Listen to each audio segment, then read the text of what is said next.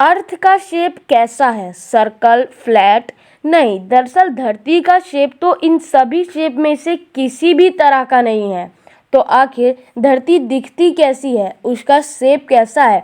आज की इस वाली वीडियो में हम यही तो जानने वाले हैं। एक बार खुद से ही सोचिए, कहीं पर हिमालय है तो कहीं पर डोर ऑफ हेल। तो आखिर ये धरती गोल हो ही कैसे सकती है? तो इस चीज़ को जानने के लिए कि आखिर धरती का शेप कैसा है, हमें आज से लगभग 20 से 21 करोड़ साल पीछे जाना पड़ेगा।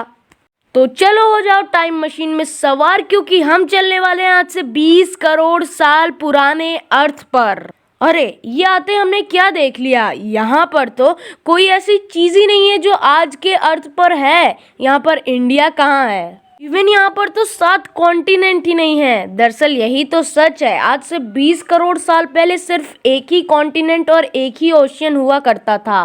कॉन्टिनेंट का नाम था पेंजिया और ओशियन का नाम था पेंतालाशा। ये तब की बात है जब ना इंडिया अस्तित्व में आया था ना हिमालय बना था। लेकिन करोड़ों सालों के लंबे प्रोसेस के बाद आखिरकार ऐसा पॉसिबल हो पाया कि जो आप मैप आज के टाइम पर देखते हो वो बन गया।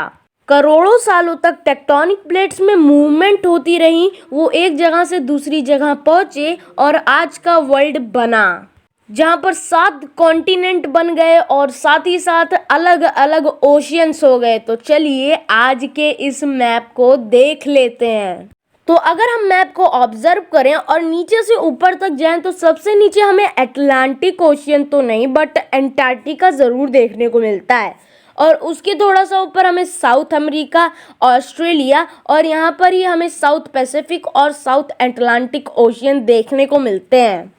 उसके भी थोड़ा सा ऊपर अगर हम जाएं तो हमें अफ्रीका देखने को मिलता है, और उसके थोड़ा इधर नीचे इंडियन ओशियन, और उसके ऊपर हमें नॉर्थ अमेरिका, यूरोप, एशिया देखने को मिलता है, और एशिया में ही यहाँ पर हमारा इंडिया भी है।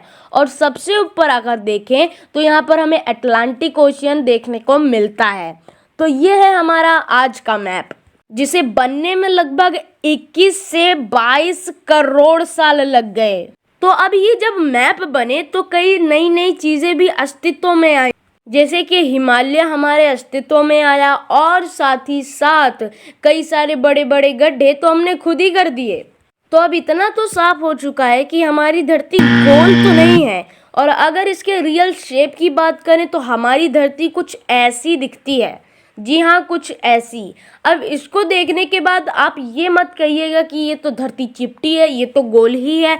दरअसल ऐसा कोई शेप ही नहीं था, इसीलिए वैज्ञानिकों को एक नया नाम इस शेप को देना पड़ा, और वैज्ञानिकों ने इस पृथ्वी को दिया नाम जियोड का। जी हाँ, पृथ्वी का जो शेप है वो है जियोड। पहले के लोग ये मानते थे कि धरती चिपटी है, इसीलिए वो दूर तक ट्रैवल नहीं करते थे कि अगर कहीं पर इसका चिपटापन खत्म हुआ तो वो अगर स्पेस में गिर जाएंगे तो क्या होगा। लेकिन ये बहुत पुरानी बातें हैं। अब हम ये जानते हैं कि धरती का शेप असल में कैसा है। तो ये है जियोड, हमारी धरती का शेप। तो अब ये सवाल उठता है कि अगर धरती जियोड के शेप में है तो आखिर अभी तक हमसे ये झूठ क्यों बोला गया कि धरती गोल है। तो साइंटिस्टों ने दरअसल इस जियोड के शेप के ऊपर से जहाँ जो चीज़ें ऊपर उठ गई हैं उसके थोड़ा सा नीचे से, और जो हिस्सा नीचे है उसके ऊपर से ले जाकर एक एवरेज लाइन ड्रॉ कर दी, जिसकी वजह से इस धरती को हम इमेजिन करने लगे कि धरती गोल है। ये बिल्कुल लाइटीट्यूड एंड लॉन्गिट्यूड की तरह ही है। हम लाइटीट्यूड एंड लॉन्गिट्यूड की मदद से ये तो बता सकते हैं कि एटमॉस्फेयर में क्या चेंजेस होंगे, ये बंदा कहाँ इस समय खड़ा है, टाइम क्या हो रहा है, वेदर कैसा है, ये सारी चीज़ें।